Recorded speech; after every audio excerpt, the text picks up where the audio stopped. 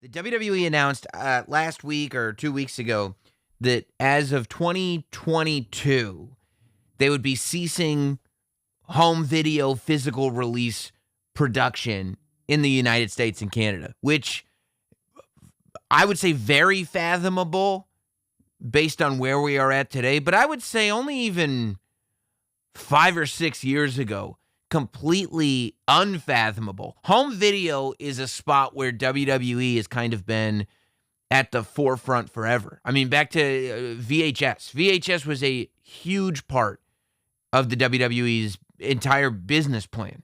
When they were doing 4 pay-per-views a year, they were still putting out a home video like every month. Anybody that grew up with Blockbuster Video, going to the wrestling section and finding the WWE videos was a huge part of your childhood. And even when WCW was at its hottest, they never really matched WWE in the home video department. Like, they really sunk a lot of energy into being at the forefront of VHS and sales. I mean, they had Coliseum Video was what it was back in the day. So when I was born, I was living in the United States, and I spent the first few years of my life here in New York. And that's where I know Coliseum Video from. Then I moved to the UK. So for all you guys listening in the UK that are around my age, I grew up with the same thing that you grew up with, Silvervision. We didn't have Coliseum Video in the United Kingdom. We had Silvervision. Silvervision would release all the pay-per-views and the home videos. We had them in PAL format, so nothing worked when I got back to the States. And stuff was a little more difficult to find, at least, there in the late 80s and early 90s in England than I think it was over in the U.S. But, yeah, I mean, they would put out some of these matches that you never even got on pay-per-view. You would find buried on home video releases. And then when DVDs took off, it was right at the beginning of the 2000s, like literally the year 2000. And I remember that because they put out WrestleMania 15 on DVD. Like, that was maybe the first WWE DVD that came out. It might have been the first pay-per-view ever released was WrestleMania 15. But WrestleMania 2000 was, I feel like, the first really big WWE pay-per-view DVD and really started that train moving. I feel like in my collection, because I love wrestling stuff, right? I love wrestling stuff. I have an insane WWE action figure collection, like insane. And I'm the same way with VHS and specifically DVD. Once I got into WWE DVDs right there in 2000, I was in. I want to say, and I've never gotten rid of any of them. I've gotten rid of a lot of my DVD collection, but not the wrestling ones. And I think that I have every WWE pay-per-view through 2010 on DVD. I want to say everything that's been released, meaning all of the monthly ones, including, and this became a whole thing. I was deep in the culture. There were some WWE pay-per-views that were only released through like WWE Shop. Like 1 year Judgment Day was only released on WWE Shop. And so that's a very rare DVD, but I just went on WWE Shop when it came out and ordered it. So I have that. I've everything that they released from 2000 to 2010 on DVD, as well as all the pay-per-views that they went back and released. So like when they put out the WrestleMania anthology, when they put out the Royal Rumble and SummerSlam and Survivor Series anthologies, like I went back and got those box sets so I could have every conceivable pay-per-view released on DVD. But I mean, they DVD was where I think WWE really got the pulse and came to the realization that there was an appetite for their library of footage, not just everything that they had currently, but everything that they'd been doing when they realized that people were hungry to own content that had happened years and years ago, that you could put out pay-per-views that you had already put out on VHS from 15 years ago, and people would want to have them on DVD.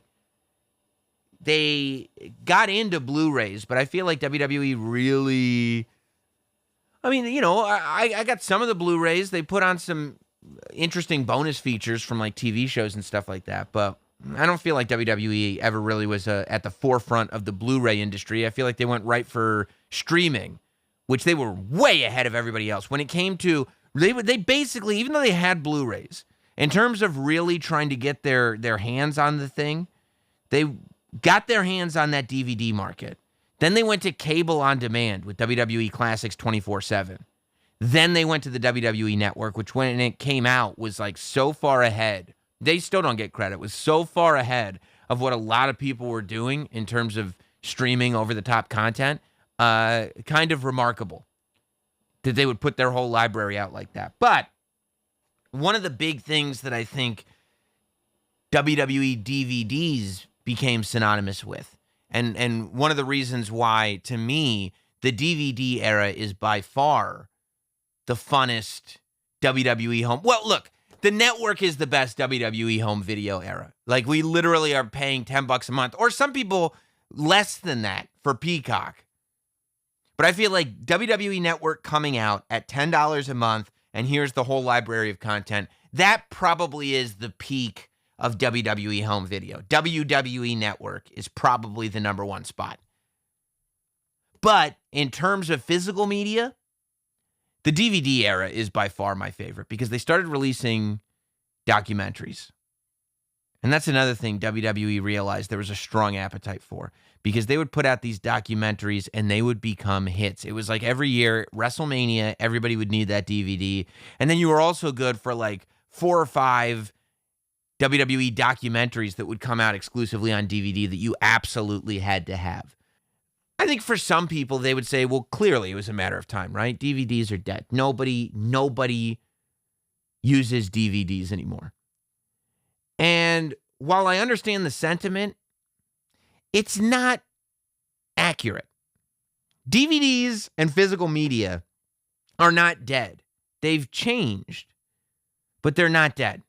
It goes back to last week, the conversation that I was having with R-Truth about the fact that he should put out his album on cassette. Because while you're not going to sell the amount of cassettes that you would have sold before, and you're not going to sell the amount of DVDs that you would have sold at one point, you're not going to sit there and send hundreds of thousands of copies of these DVDs to Walmart, Target, and Best Buy. You are going to be able to hit a niche collector market. And I think that's the focus that you could have to save this market. And I don't know. I'm not here to talk from a business perspective. You know, all somebody needs to do is break down and go like, well, here's the amount of money it would cost to produce, and here's the profit we would make, and that's why we're not doing it. And I'd be like, I don't know what to tell you. That's fine. But I can tell you as a fan, as a collector, as somebody who loves this stuff, that there is a way to do it. I mean, I thought when DVDs and Blu Rays started to dip, I thought I was done. Like, as you started to see Best Buys become stores where at one point they were, half the store was Blu Rays and DVDs. And then eventually, like, it's boiled down now to like a shelf and a half. And I did at one point go like, this is done. I'm going to buy all my movies on Apple. This is way better. And then something in the last like 2 years made me realize like you don't have to pick one or the other. That you can still use Netflix and Peacock and everything streaming, and you can still get most of your movies on like Apple, so you can watch them on your iPad, and you don't have to worry about keeping track of a disc. You don't have to download anything. It's just all right there. Your collection's right in front of you. That's fine. Some people don't even believe in a collection anymore. Some people are like, well, you know, I'll just rent it on the cable box and I'll be able to see whatever I want to see because literally anything is available for me, and that's fine too. But anybody that appreciates kind of this stuff, anybody that appreciates whether it's movies or wrestling, anybody that's a collector, there is still that thing where you like owning physical media, and there is a way to make it make sense. Like, I can't imagine buying Iron Man on Blu-ray. I can't imagine at this point in my life getting a Fast and the Furious movie on Blu-ray. It just seems absurd. But if there's some sort of really low-key B movie that was made in 1986 that nobody's ever heard of, that you could create some really cool art for, that no streaming service would ever bother to buy the rights for, and that you can throw on some ridiculous extras for, then yeah, I'm all about buying that Blu-ray, and I buy those Blu-rays all the time. For me, I feel like there is still a place. Like, I feel like the idea that every pay-per-view would be released on Blu-ray is insane. I didn't even know it was still happening, if I'm being honest. I guess at like Walmart and some other spots, you could still buy WWE pay-per-views on DVD. I think that's nuts. But I think the idea of every year putting together an amazing package for a WrestleMania Blu-ray, I think that's easy. If you hire a real artist to create some really great cover art, if you maybe make a documentary about the behind the scenes of that specific WrestleMania, if you include a bunch of bonus features like behind the scenes content and content from the TV shows leading to WrestleMania in their full form, and if you make it a limited edition, if you say we're going to put out 5,000, 10,000, 25,000, whatever you have to do, if we're going to put out 15,000 copies of WrestleMania 38, and it's going to be a 4-disc, I mean, I don't know if you'd have to do a 4-disc Blu-ray, but you could do a 3-disc Blu-ray. And it's going to have the complete Raw after WrestleMania, and it's going to have the complete SmackDown before WrestleMania, and it's going to have a documentary about WrestleMania. It's going to be the whole pay-per-view. It's going to be the whole kickoff show, and it's going to be in this great package with this art on it, and it's limited edition. And I think there's a market for that. I know that I'd be like, yeah, of course. But like realistically, for instance, I think that the Tom McGee documentary that they did, the documentary on Tom McGee, where it was like, yeah, this is a compelling story that wrestling fans care deeply about. And the documentary is amazing. And then the original footage is attached to it. But like, that's the type of thing that should be a Blu-ray release. That's the type of thing where you should expand. First of all, you should expand on the documentary. You could easily produce it instead of it being like a 25-minute documentary, because we don't know if we're doing this for YouTube or what we're doing it for.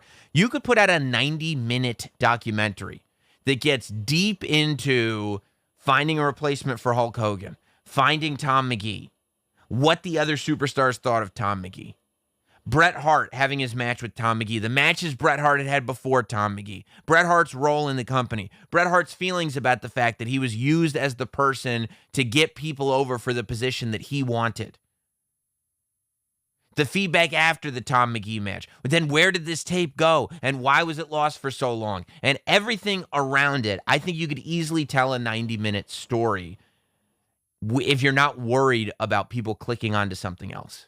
And when you put out something on Blu-ray, that's the beauty of it. You're not worried about people clicking onto something else. You don't even need people to watch it. Once they buy the disc, they bought the disc. But then you put on the bonus features of every Tom McGee match that you have in the library. The Bret Hart match, the Ted DiBiase match, all of it. And it doesn't have to be great footage. There doesn't have to be commentary on it. Nothing. Maybe you put out an alternate commentary. Maybe you get Bret Hart to watch the match and explain what's going on. Maybe you get Bret Hart and Tom McGee to watch the match together. You could do it over Zoom. You don't even have to have them in the same room if it's just a commentary. You know, there's a million things that you could do to flush that out and make it a disc release. I feel like, I watched the Yokozuna Icons documentary. That thing is so good, I feel like it gets buried on Peacock with everything else. That's easily a 3-disc, or if it's a Blu-ray, it would be a 2-disc. That's easily a 2-disc Blu-ray. It's an hour plus. I think you could add to the documentary. If it's a Blu-ray documentary, you could, again, make that a 90-minute or more. You could make that a 2-hour documentary. Then you could put on bonus features with, footage of Yoko backstage, all the, raw footage that you grabbed for the doc. You could put a ton of matches on there. I mean, a ton of matches. Put on the raw footage of his, tryout matches where he's wrestling in the Wild Samoan gear. Put on the pay-per-view matches. Put on everything. Put together a deluxe Yokozuna package with artwork, limited edition of 15,000, and boom, you're off to the races. If WWE put out boutique Blu-rays that were limited edition of 15 to 20,000, and they put 6 out a year, one of them's WrestleMania, this Yokozuna one's one of them, Tom McGee's one of them. I think that's the way to do it. Everybody's wondering, everybody knows that they made a documentary about Vladimir the Superfan. I think it's called Fanatic. But this thing was made a long time ago. Supposedly, it was entered into film festivals and got a standing ovation. but they don't know what to do with it, where to release it. Put the thing out on Blu-ray. Put the doc out on Blu-ray. Make it a full-length doc.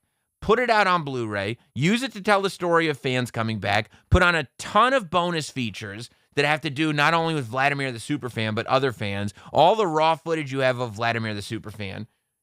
Limited edition, sick artwork. Boom, you're off to the races. I really feel like there's a spot for it.